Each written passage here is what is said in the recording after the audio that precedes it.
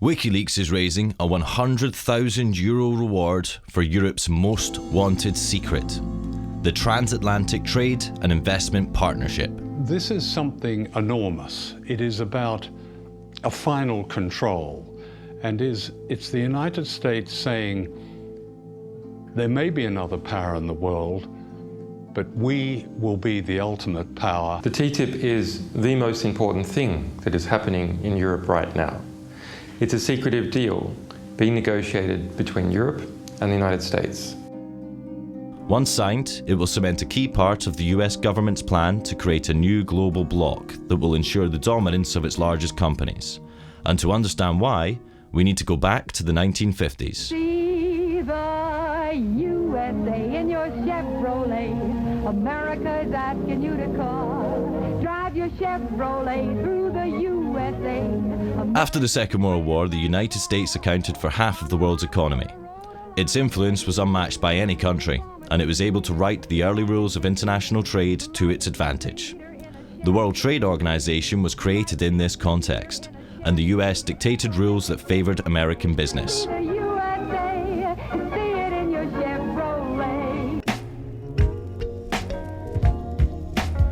But as economies like China and India joined the WTO, it became a more democratized arena, and the US found it harder to control its decision-making.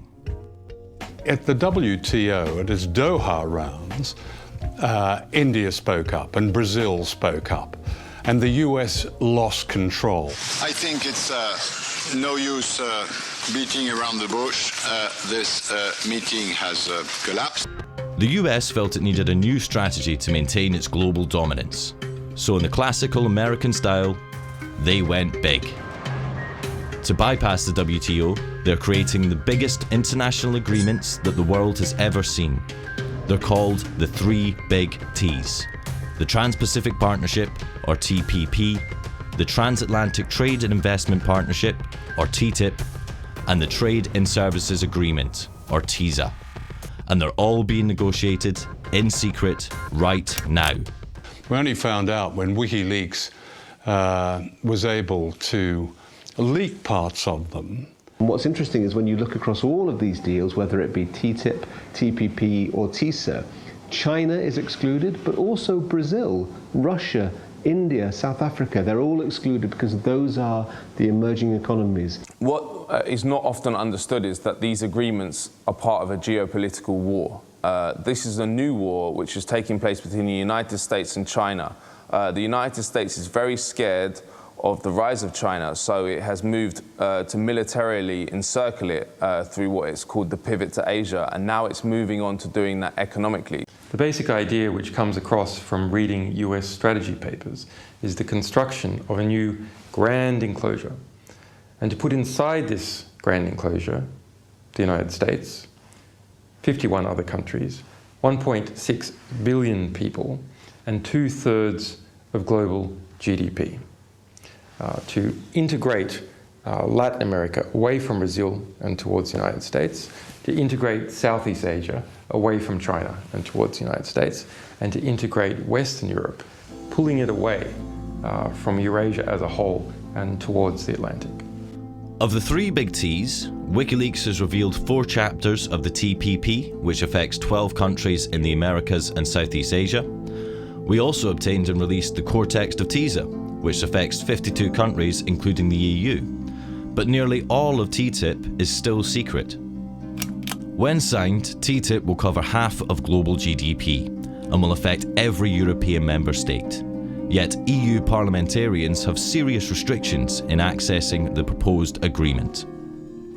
Yeah, I find it incredible as well that for something which is a trade agreement, not a matter of life and death in terms of security, where maybe you can understand some restrictions, and we don't even like those very much, but for a trade agreement, you know, that we can't actually make notes about what it is we're reading, issues that we might want to take away to look into, which actually might reassure us, you know, if we really were able to sort of take this away and look at it in depth. We don't have access to the key documents, the most important ones, because the devil is in the detail. When it comes to trade agreements, you need to know exactly what's in the text so that you can assess what the impact's going to be.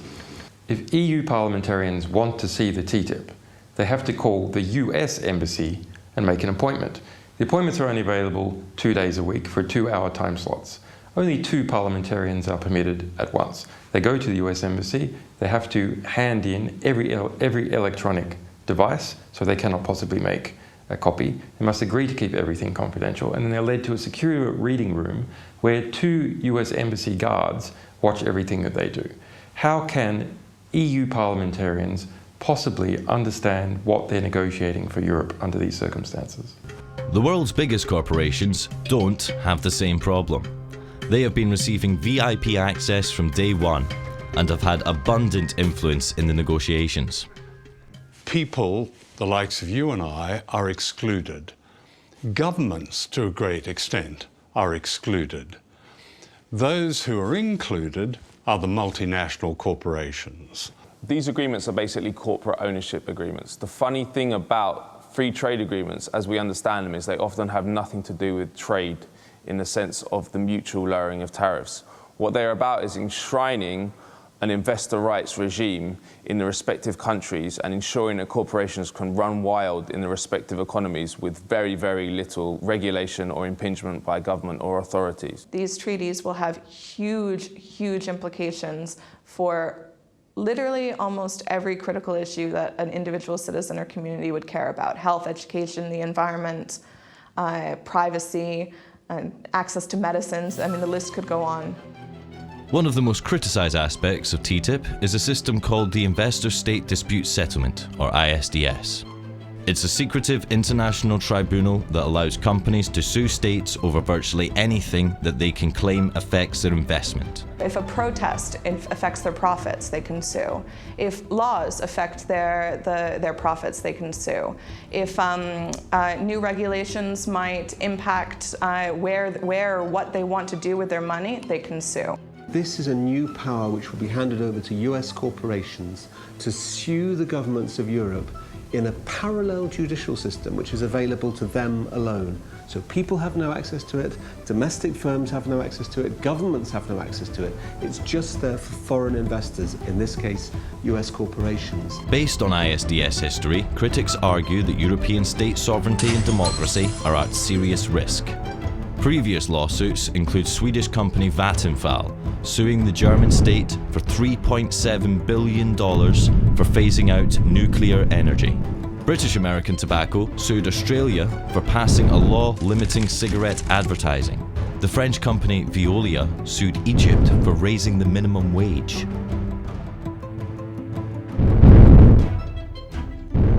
TTIP advocates say that in order for the EU and US to become a single market, regulatory barriers need to be eliminated. This way, for example, a US seatbelt manufacturer already selling seatbelts domestically wouldn't need to test for safety a second time, as the EU would agree to recognise the US safety standards. They argue that this would save costs, create jobs, and lower prices for consumers. But just how safe are US standards? So in the USA, 70% of all processed food sold in supermarkets contains genetically modified ingredients, whereas in the European Union, we've said quite clearly we don't want GM ingredients in our food chain. Similarly, in the US, 90% of all beef is produced using growth hormones, which have been found to be carcinogenic in humans. So they're banned in the European Union. And what the US government is saying is that under TTIP, under the free trade rules that they want to bring in, European consumers don't get the right to choose.